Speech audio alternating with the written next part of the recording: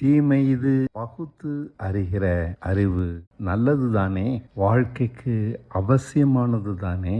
நன்மை தீமை என்னதென்று பகுத்து அறிய தெரியாதவன் வாழ்க்கையில் உயர முடியாது அல்லவா?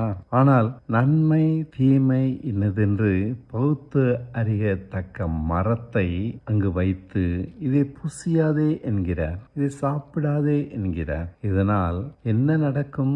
அவனுக்கு நன்மையும் தீமையும் அறிகிற அறிவு வருவதால் மரித்து போவான் என்கிறார். இதுவும் உண்மைதானே. அறிவு நம்மை சிறந்த மனிதனாக மாற்றாமல் சுயநல மனிதனாக மாற்றிவிட்டது. தன்னலத்தையே பேண முயற்சிக்கிறதுனாலே நாம் பிறரை வஞ்சித்து மோசம் பண்ணி வாழ ஆரம்பிக்கிறோம். நன்மை தீமை அறிகிற அறிவு முக்கியம் என ஏவாள் சொல்லுகிறாள். ஏவாளுக்கு ஒரு பாம்பு சொல்லுகிறது. இதை நம்பாமல் மட்டும் ஆதாம் இருந்திருப்பாரானால் நலமாக இருந்திருக்கும் வாழ்க்கை, மனித குலம். இதை நம்புவதற்கு காரணம் தேவன் மேல் சந்தேகம், தன்னை உண்டாக்கினவர் மேல் சந்தேகம், அவருடைய ஞானத்தின் மேல் சந்தேகம், நோக்கத்தின் மேல் சந்தேகம். இதனால் ஏவாள் தவறினாள், ஆதாம் தவறினான், பாவம் வந்தது. சொன்னபடி அதே நாளில் அவர்கள் மரிக்கவில்லை.